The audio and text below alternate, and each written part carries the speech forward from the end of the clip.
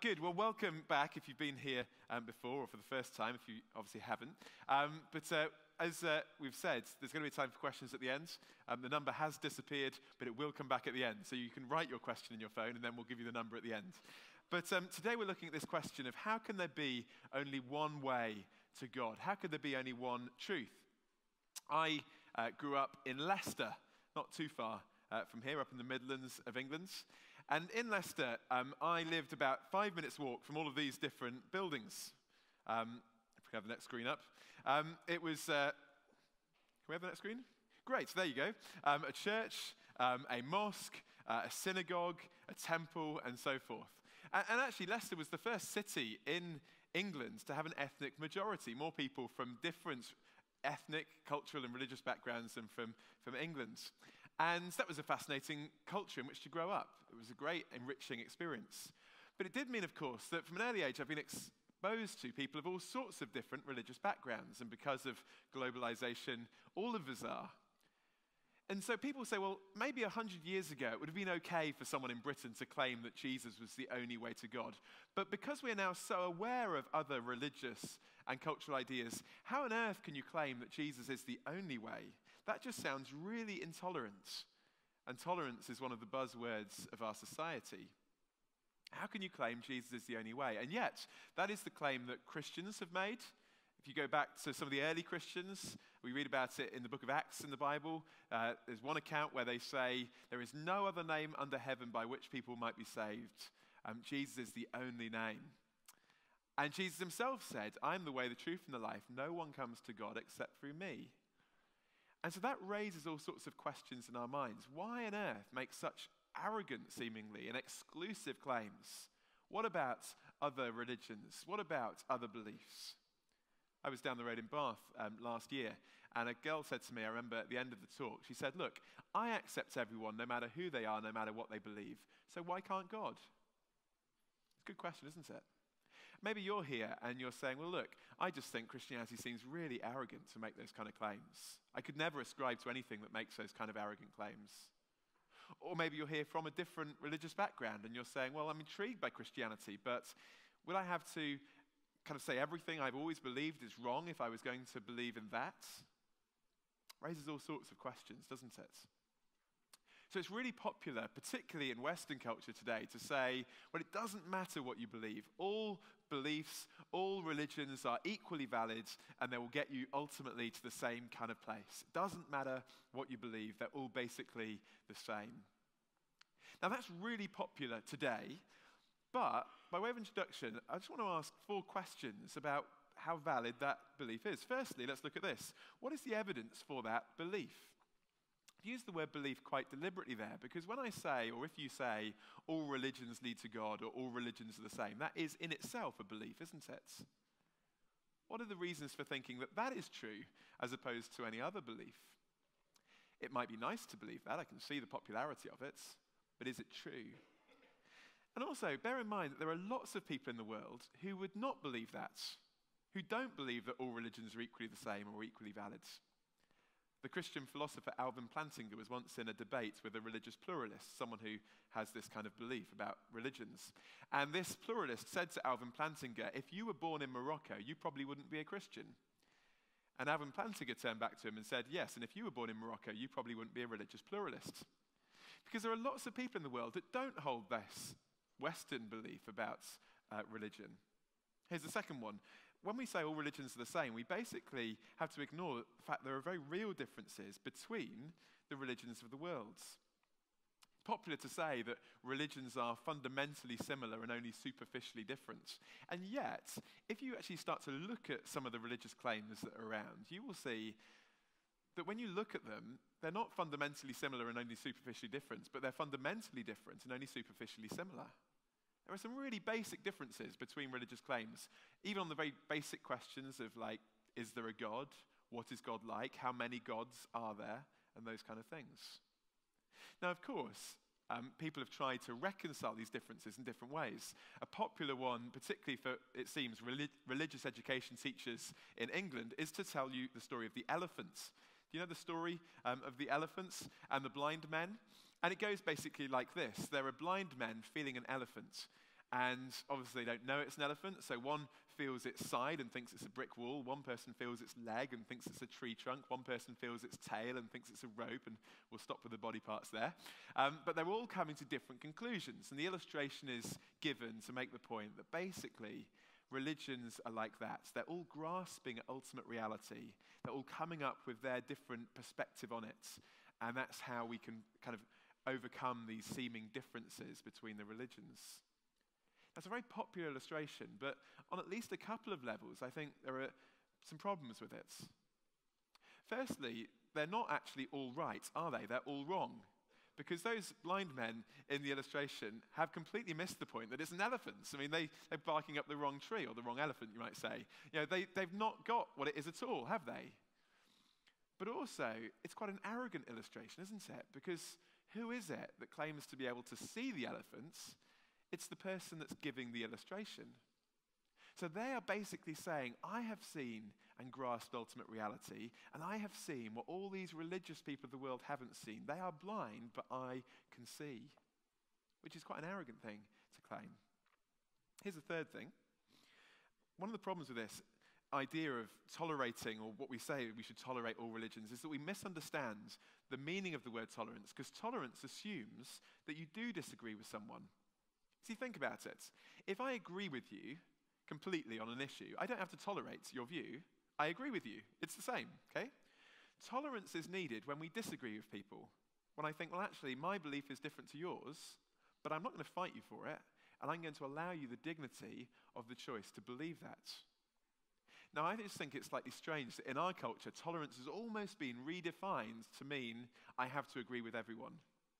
But if, of course, we did agree with everyone, we wouldn't need tolerance anyway. And by the way, I want to say as a Christian, I think tolerance is a really good thing. I'm glad that we live in a tolerant society. I think that's part of the fruit of the Judeo-Christian worldview in which we live in this part of the world. But tolerance doesn't mean we have to say that we agree with everyone, or we have to think that everyone is equally right. It assumes that we don't. And here's a fourth thing. You can't get away from exclusivity no matter how hard you try. You see, exclusivity is part of life, isn't it? You're all in an exclusive establishment. You're all here at the University of Bristol. They don't let anyone into the University of Bristol, do they? In fact, looking at some of you, I'm not sure how you got in. No, sorry. That would be cruel. But they don't, do they? You know, you had to pass exams. You had to, meet the requirements. There was an exclusive nature to the university. And also there's an exclusive nature to truth, isn't there? Believing that something is true will exclude alternative things. And the same is true when it comes to belief. There are really 4 beliefs you could have about belief. Here they are. First one is, you could say all religions in the world are equally right. Every single one of them. Or you could say, well, only some of them are right. We'll exclude maybe some of the wacky ones. Or you could say, well, only one religion is right, and it's whichever you happen to think. Or, of course, you could say, well, no religions are right. I don't believe in God. There is no supernatural. They're all wrong, okay? Now, often people look at that and they say, well, option number 3 is so arrogant, isn't it? Because you're saying that you're right and everyone else is wrong. But if you think about it, they're all equally exclusive. Because if you say all religions are right, you're actually going to disagree with the people who say that some of them, one of them, and none of them are right. And if you say that only some of them are right, you're going to disagree with the people who say that all of them, one of them, and none of them are right, and so on. You see, whatever you say about religion, you're going to have to disagree with someone, somewhere. It's impossible to get away from exclusive claims when we're talking about truth. So I would suggest it's just too simplistic to say, well, they're basically the same, and it doesn't really matter. So what do we do then? If religions aren't basically the same, and there are differences, where do we turn? Well, I guess there's some different options, aren't there?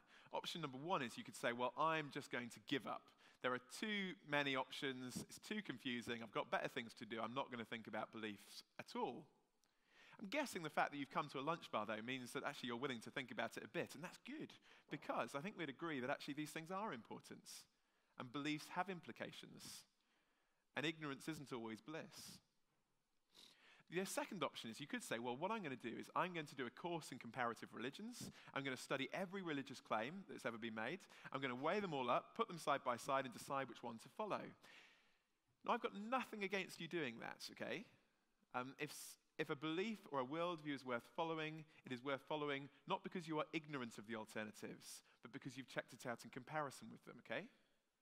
But there's a practical problem, which is if you are going to wait until you have studied in detail every religious claim, that's going to take you a long time, isn't it? It's going to take you probably longer than your time at university. Do you have to wait until that before making a commitment to any one of them? So here's option number 3 that I suggest, and that is start with the claims of Jesus Christ. Now you're thinking, I knew he would say that. Of course he's going to suggest that I start with the claims of Jesus Christ, because he's a Christian, and he's speaking for the Christian Union. How biased can you get? Now I admit, okay, I am biased. I am a Christian, and I might have vested interest in you wanting to investigate Christianity. But what I would like to try and do for the last few minutes is to give you 3 reasons why starting with the claims of Jesus Christ are actually a really good place to start, wherever we are starting from, whatever our background is. Here's the first one. Start with Jesus because he's unique in the way you can investigate him. He's unique in the way you can investigate him. See, how do you know whether a religion is true?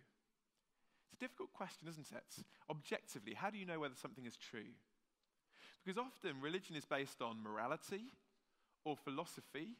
And it's very difficult to say that morality is true or false. You can say, I like it or I dislike it. A philosophy you can say works for me or doesn't work for me. But how do I say objectively or verify the truth claim of something? In one sense, unless you can falsify it, at least theoretically, it's very hard to claim objective truth of something. And that's why it's quite hard when it comes to religion, because if my religious claim is based on philosophy or morality, well, how would I disagree with it?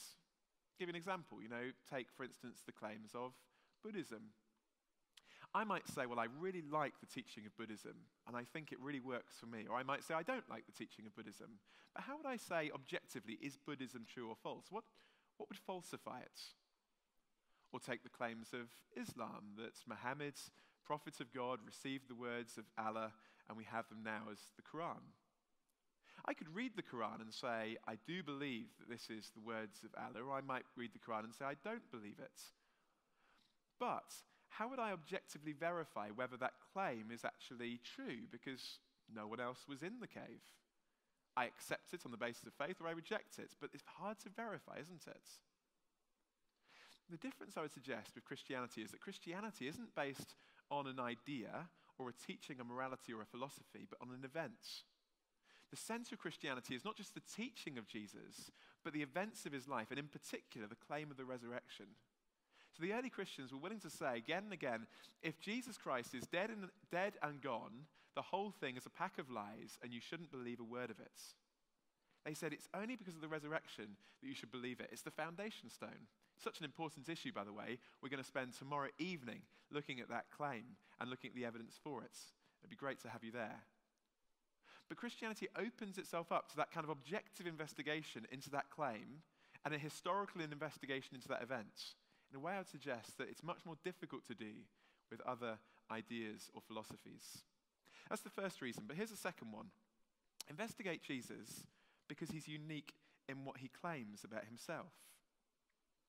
You see, the incredible thing that we discover is that right throughout history, not just from today, but right back to the 1st century, Christians, followers of Jesus Christ, have held the conviction that in Jesus of Nazareth, none less than the God of the universe had broken into human history. Now that's an astoundingly big claim for someone to believe in the materialistic West today, but it was an equally astoundingly big claim for someone to believe in the 1st century culture where people first believed it. For the monotheistic Jews who first started following Jesus, to believe that was a huge thing to do. It didn't fit with their expectations of what they thought was possible or anything. And so the question is, why did people who were so unlikely to believe that kind of claim come to that kind of conclusion? And I think it's because, based on the evidence of what they had seen and heard, they felt there was no really viable alternative. See, again and again, Jesus had said things that only God could rightly say. He had claimed to forgive sins, something only God could do. He had claimed that if you had seen him, you had seen God. He claimed to be the way to God. He claimed again and again things that would have been absolutely arrogant and egotistical if they were not true and if he were not God. But then he didn't just make claims, but he backs them up. I mean, anyone can make claims. I could walk around Bristol this afternoon with a big billboard on saying, I'm the way, the truth, and the life, and you would think I was a nutter. You'd be right. But Jesus made these claims, but he also backed them up with the things that he did through his miracles, but in particular, as we've mentioned, through the resurrection. And so it was the conviction of Christians right through history that Jesus Christ wasn't just another man, not even a great prophet or a great teacher or an enlightened figure, but he was God breaking into human history. A claim that is outstandingly different to any other claim. In fact, a little bit of archaeological evidence that fits in here, just to show how early this idea goes, is a bit of archaeological graffiti that comes from Rome, from probably about the mid-2nd century, sometime in the 2nd, possibly into the early 3rd century. And it's a graffiti of a man. On the right-hand side, you can see a more clear depiction of what it's meant to be. A man who's worshipping this figure being crucified on the cross, but the figure has obviously got a donkey's head. And it's obviously been done by an opponent of the Christian faith, because underneath it says, Alexamenos worships his God. So it's a bit of kind of mockery designed to poke fun at the early Christians and their worship of Jesus. But it's fascinating because it shows us that even right back to the early centuries of the Christian church, even the enemies of Christianity knew that Christians worshipped a crucified Messiah who they claimed was God. Even the enemies of Christianity knew that back then. In fact, it's fascinating because if you look just to the side of the graffiti, someone else had scribbled, Alexamenos is faithful. So it seemed like a Christian had got in there to try and get their own back on the graffiti. But here is the claim that in Jesus, God had broken into human history. What difference does that make? If it's true, you'll not find the claim to equal it. In Jesus Christ, we have someone who speaks with unique authority. If it's true, it'd be worth listening to what he says. Here's a third thing. Investigate Jesus because he's unique in what he offers. You see, what does religion offer? Some of us maybe are religious, but others would not be. For those of us that maybe wouldn't class ourselves as religious, one of the problems we have with religion is the idea of religion basically is that you get what you deserve, isn't it? You have to do certain things to get certain things. I have to follow the rules. I have to make sure I behave. Basically, it's what I do that really counts. But if it's what I do that really matters, there's at least a couple of alternative things that might happen. Firstly, I might end up being very proud. Because if I say to you, I am going to heaven and God accepts me, I'm saying he accepts me because I'm better than you, because I have followed the rules and you haven't. Or it might not lead to pride, but it might lead to despair, because I'll say, well, I haven't followed the rules. I look at my life and I see I'm not good enough, and I'm not sure I do deserve it. And there'll be an insecurity that means we'll never have any certainty about our acceptance with God. Pride and despair can lead from this idea of religion. And yet, at the heart of the Christian faith and the heart of what Jesus offers is something quite different to this. See, Jesus says it's not what we do for him that really matters. It's what he does for us that really counts. Jesus says it's not about karma, getting what you deserve, but he says it's about grace, getting what we don't deserve. Jesus says, I've come to live the life you should have lived and then die the death you should have died, so that because I took your place, you can have what you don't deserve. Someone put it this way, religion is spelt D-O, a two-letter word. But Christianity and the message of Jesus is spelt D-O-N-E. It's not about what we do for God to gain our acceptance with him, but what he's done for us through Jesus so that we can have that acceptance free of charge. And if that's true, can I say, what difference does that make? It shouldn't lead to pride, nor should it lead to despair. Firstly, it should lead to humility. See, the first step to following Jesus is not to think, I am better than everyone else, because I'm not. The first step to following Jesus is to recognize that I'm no better than anyone else, and I need God's forgiveness. That's the first step. But it doesn't lead to despair, because actually I can say, even though I'm not good enough, and even though I don't deserve God's acceptance, because of Jesus, I have it. I don't have to hope that I'll do enough. I can know that he's done enough. And God accepts me now, and he always will, because of Jesus. It's wonderful. And is this exclusive? Is this just for a select few? You know, the wonderful thing about Jesus is that he's for everyone. And that's why around the world today, in cultures that are not white or Western or middle class, there are literally thousands of people that have come to discover not institutionalized Christianity, but Jesus Christ and what he offers. And I want to introduce you to someone today. So I'm going to invite Denise to come and join me. Give her a round of applause as she comes up.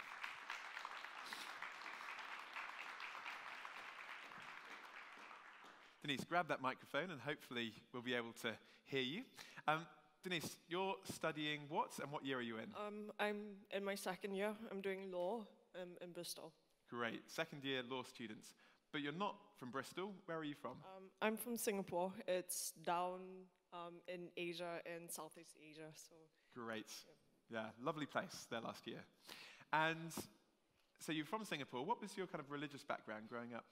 I was raised a Buddhist, so then I was a practicing Buddhist, and I'd meditate, and so I was pretty much a Buddhist. Okay, and that was your family background, yeah. What made you start to maybe question the beliefs that you'd grown up with? Coming to Bristol here in university, I think I had so many questions about life, just really exploring and really just questioning. I had so much questions about like what my future would hold and how, I mean, as a Buddhist, I always believed in karma, like what you said, and it's a lot about enlightenment and a lot about your own effort. And so when I came to Bristol, I just really struggled with faith, and really, I was just seeking answers, yeah. Okay, so you were asking questions, but it was actually when you back home to Singapore that something happened. Tell us about it. When I went back in Easter, my mom was actually searching for answers as well, and she was exploring Christianity, and she went to different churches. So I accompanied her, and I was really appalled by what the church was saying, and for me, the same message was being preached over and over again. And the more questions I had, the more I asked questions, the more like answers were given throughout the sermons. And great. So you started to investigate. You heard more. There was one particular story, wasn't there, in the Bible that really impacted you? What was that? Yeah, it's about the story about a Samaritan lady who went to different wells, and she was searching for water, and for her it was she went around seeking for water, but she encountered Jesus, and Jesus told her that through him he'll give everlasting life if she followed her.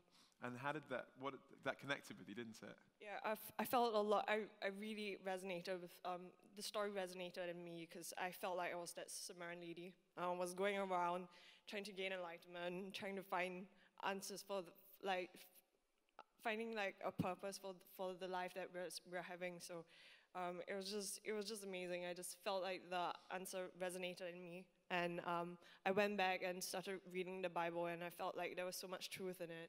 And it was so undeniable. Great. So it was about a year ago, and you started following Jesus. Yeah. And how did your family react to that? And how was that? My mom's really supportive, but coming from a Buddhist background, my dad he really opposed it. He felt like it was a Western philosophy, and it's something that's only akin to like for Westerners, and it's just something that's so inherent in the Western ideal, and it's just something that cannot be reconciled from my background as an Asian. Yeah. And how do you feel about that? How do you respond to that when he says that? For me, it's really hard to reconcile at times as well. I still have doubts, and for me, it's just reading the Bible and just really questioning the Bible. And I just felt like the more I read, the more answers I gained, and yeah. But the great thing, of course, was that it was actually not in Bristol that you discovered Jesus, but actually back home in Singapore you discovered that. Yeah. Fantastic. Thank you so much for sharing your story. Give her a round of applause.